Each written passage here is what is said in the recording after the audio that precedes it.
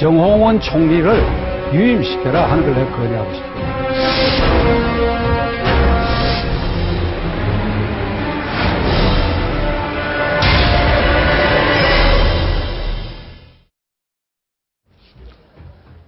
정홍원 국무총리 유임으로 인사 시스템 논란이 뜨겁습니다. 지금과 너무도 유사한 과거의 인사 논란 이야기들, 그리고 오늘의 나대로 선생과 함께 시사 이야기 풀어보겠습니다. 네컷 시사만화 나대로 선생의 이홍우 아백, 그리고 박찬종 변호사 나오셨습니다. 안녕하십니까? 안녕하세요. 안녕하세요. 좀 전에 변호사님 말씀하신 거 나왔습니다. 보셨어요, 영상? 못 봤습니다. 한번 영상 한번 보실까요? 지난주에 정홍원 총리 유임을 이 자리에서 주장하셨잖아요. 네. 지난주에 이 자리인데 사실은 그 전주 수요일부터 내가 주장. 한번 들어보시죠, 한번. 예. 박 대통령께 제가 건의하고 싶어요. 정홍원 총리를 유임시켜라 하는 걸 내가 건의하고 싶어요.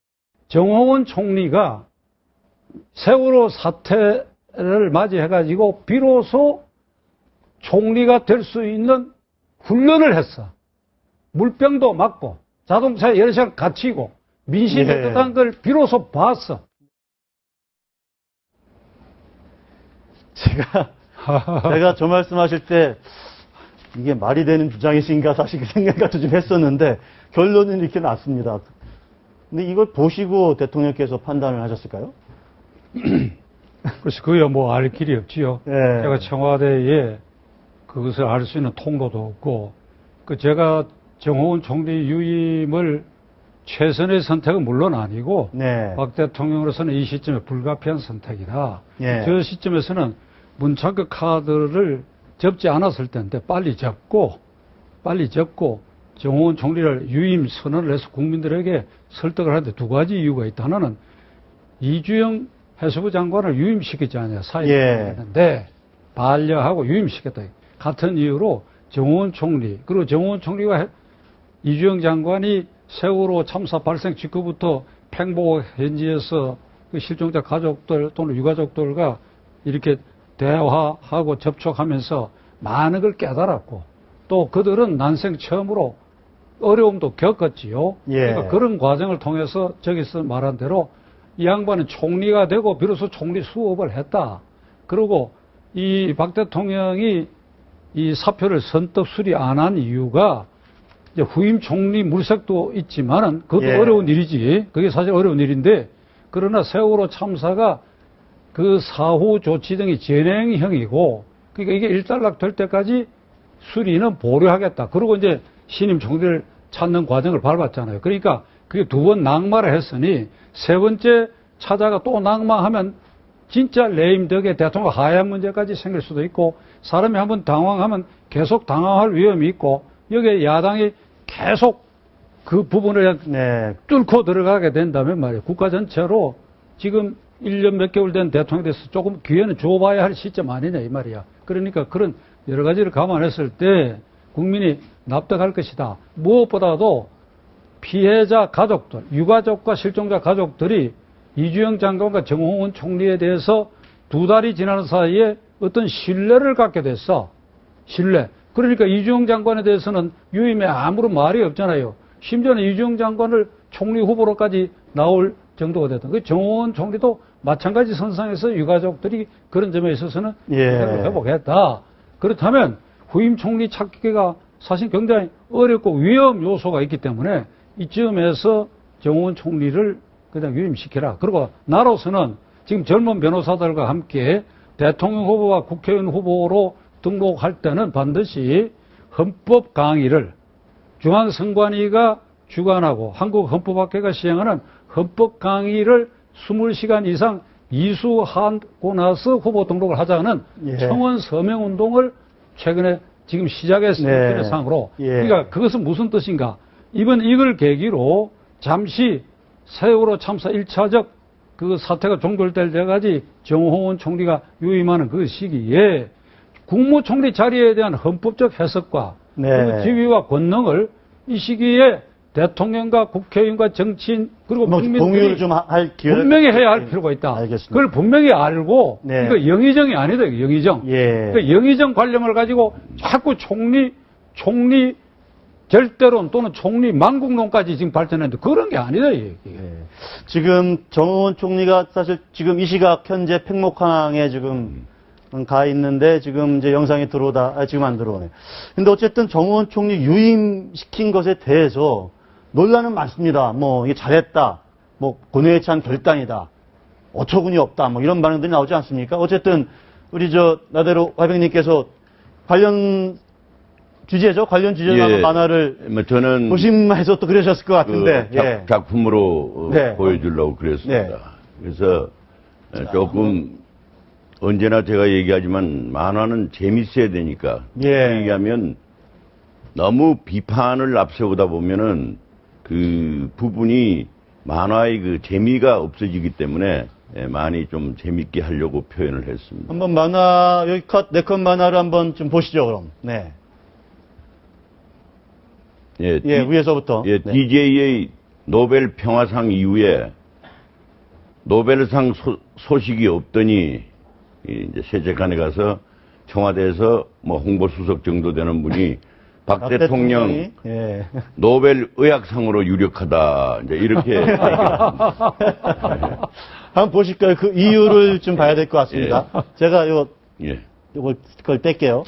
예, 죽은 지 60일 된 사람을 살려냈다고. 그래서 정홍원 총리를 살려냈다고요. 어쨌든 정홍원 총리가 사의를 표명했고, 이제 후임 총리가 임명될 때까지만 총리직을 수행하는 상황이었는데, 이제 다시 부활했다, 이제 이런 의미죠. 네, 그렇죠. 그래서, 저는 우리 정 총리가 다시 이렇게, 도로 총리가 된 거에 대해서, 국정혁신은 허언이 되고 관피와 척절은 허사가 되고 세월호 교훈은 허송세월만 보낸 정말 도로함이 타불이 된 게 아닌가 하는 안타까움을 갖고 있습니다.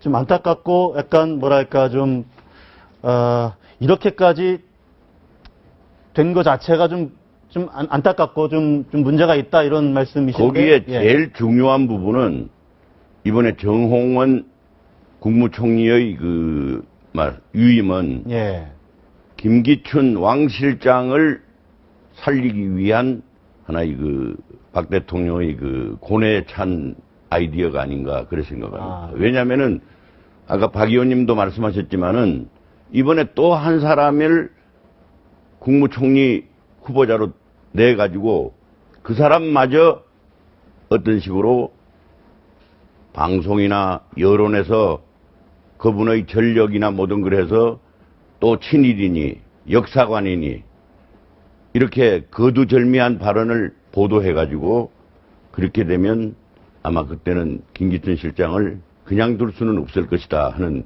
그런 여러 가지 생각이 포함이 된 인사가 아닌가 그런 생각합니다. 저는 정홍원 총리가 생환했다.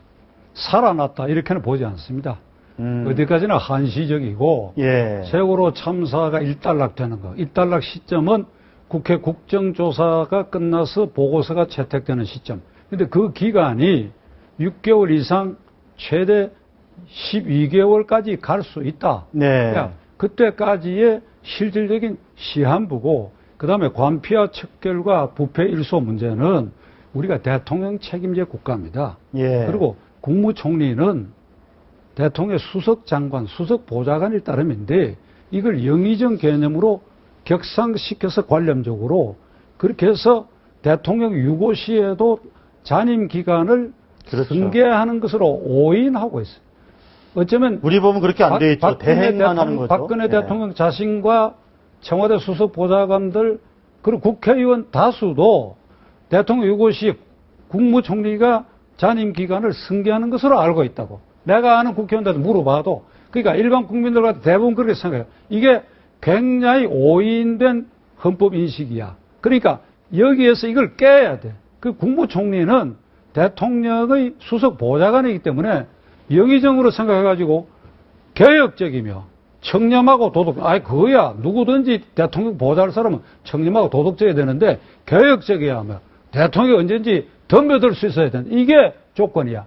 대통령한테 덤벼들어가지고 말하자면 이게 칼날같이 그렇게 해서 부딪혀서 깨져라 이런 관념들 갖고 있는데 그건 잘못 생각하는 거예요. 변호사님께서 그러니까 이제 우리나라 총리 제도 자체에 뭐랄까 근본 시작부터 뭔가 결함이 있어. 그러니까 이게 헌법 개정을 하면 이걸 총리제를 폐지해야 되는데 폐지하고 아예 뭐 아예 정통령제로 하든지 통영제로 예. 미국에 총리제 없잖아요. 예. 그러니까 이게 이제 한번 기회가 있으면 내가 이 헌법 개정 때부터 이거 비하인드 스토리도 있고 그런데 자가 예. 그럼 현재는 어찌해야 되느냐? 그럼 관폐와 척결과 부패 일소를 그럼 정호원 총리 데리고는 안 된다? 그러면 새로운 개혁적인 사람을 갈아야 된다? 아니지요. 박 대통령 의지와 결단입니다. 알겠습니다. 또 의지와 결단으로 해야지요. 근데 그리고 지금 정호원 총리에게 그걸 카테고리를 정해가지고 채찍과 지휘봉을 들고 당신 이 부분에서 이걸 하라고 지시 명령하고 뒤에서 감독하면 되지요. 네, 지금 우리 나대로 화백님께서도 말씀하셨는데 좀 연장선에서 새정치연합에서는 이렇게 얘기를 했어요. 김기춘 실장이 없으면 지탱할 수 없는 정치적 유화 수준이다. 이렇게 박근혜 대통령을 비판을 했는데 이건 어떻게 좀 보세요? 어떤 정권에서든지 간에 거기 실세로 방풍막이, 바람막이가 있어야 되죠.